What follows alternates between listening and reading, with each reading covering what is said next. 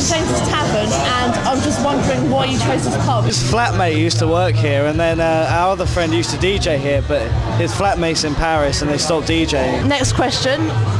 Basically, we'd like to know about your influences.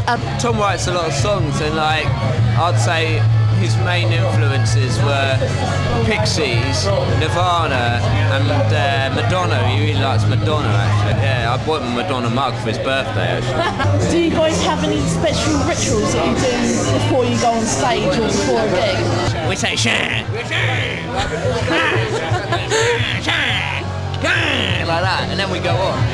I guess back in the old days it was more sort of drugs before going on stage. I know you don't do that anymore. Well, we like to warm up with a few drinks, you know. Doing cocaine before a gig's a nightmare, because by the time the first song's finished, you're just too edgy to play. You can't get into the swing of things properly. What your plans are after the gig? We're going to go to New York the morning after, so I suppose we'll try and squeeze in as much partying as we can to try and knock ourselves out on the flight, and then we've got 2 more gigs in New York. What's the current situation with members of the bands and girlfriends? Just recently started dating the most wondrous raised pigs, actually. Oh, yeah. If you had to shag another person in the band, if you had to, like life or death,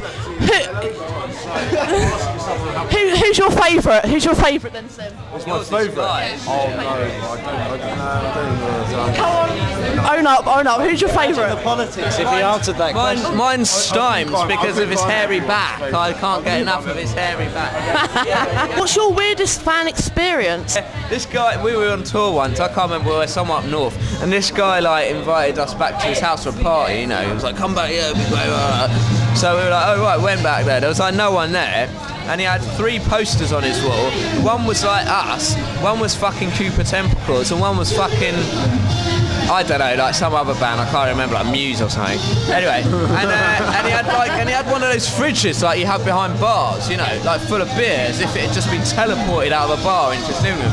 And it was kind of like that episode of Alan Partridge where he goes around that guy's house, you know. It was like that basically, and then he just sat there ringing up all his friends, telling him that we were in his like flat.